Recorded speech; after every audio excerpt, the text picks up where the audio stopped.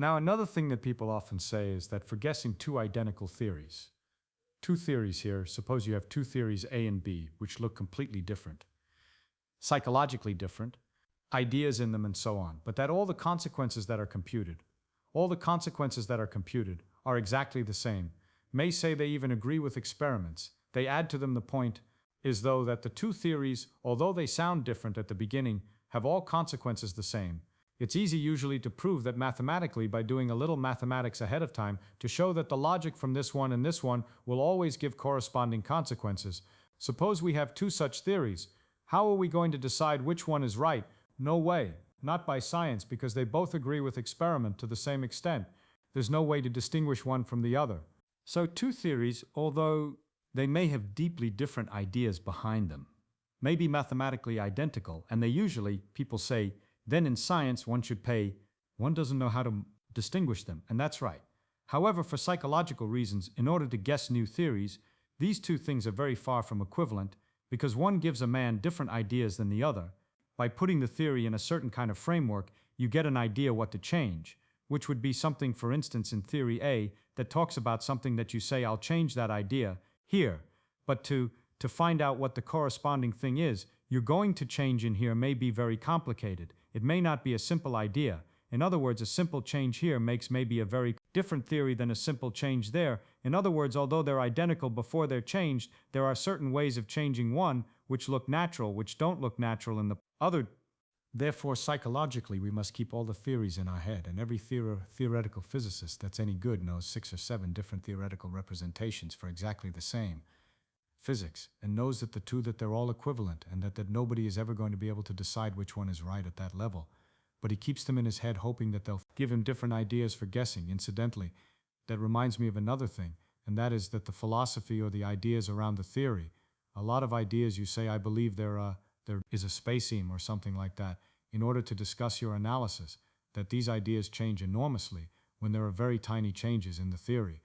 In other words, Princess Newton's ideas about space and time agreed with experiment very well. But in order to get the correct motion of the orbit of Mercury, which was a tiny, tiny difference, the difference in the character of the theory with which you started was enormous. Reason is these are so simple and so perfect, they produce definite results.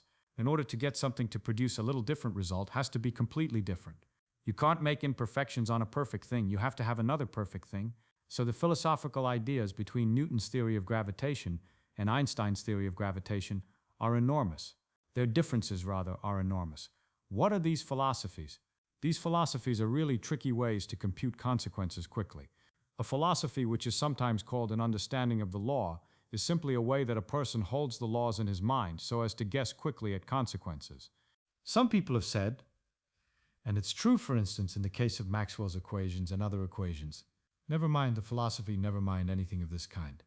Just guess the equations. The problem is only to compute the answers, so that they agree with experiment, and is not necessarily to have a philosophy or argue or words about the equation that's true. In a sense, yes and no. It's good in the sense you maybe if you only guess the equation, you're not prejudicing yourself, and you'll guess better on the other hand. Maybe the philosophy helps you to guess. It's very hard to say. For those people who insist, however, that the only thing that's important is that the theory agrees with experiment, I would like to make an imaginary discussion between a Mayan astronomer and his student.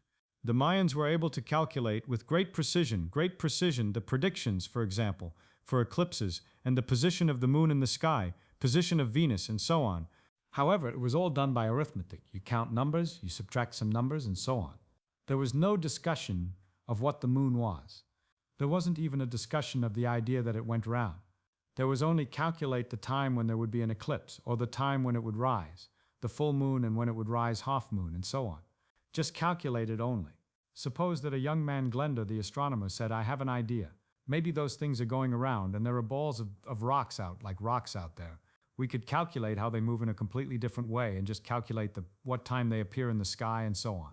So of course the Mayan astronomer would say, yes, how accurate can you predict eclipses? He said, I haven't developed a thing very far, he says, but we can calculate eclipses more accurately than you can with your model, and so you must not pay any attention to this because the mathematical scheme is better, and there's very strong tendency of people to say against some idea if someone comes up with An idea says, let's suppose the world is this way, and you say to him, well, how would you get, what would you get for the answer for such and such a problem? And he says, I haven't developed it far enough. And you say, well, we have already developed it much further, and we can get the answers very accurately. So it is a problem as to whether or not to worry about philosophies behind ideas. Knowing versus understanding